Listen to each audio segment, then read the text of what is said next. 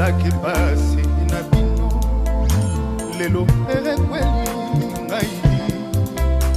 lelo erebeti ngai kaolemo monyokoli soki eza koloto ya lisan ezalaka apéritif na pla ya bolingo kasi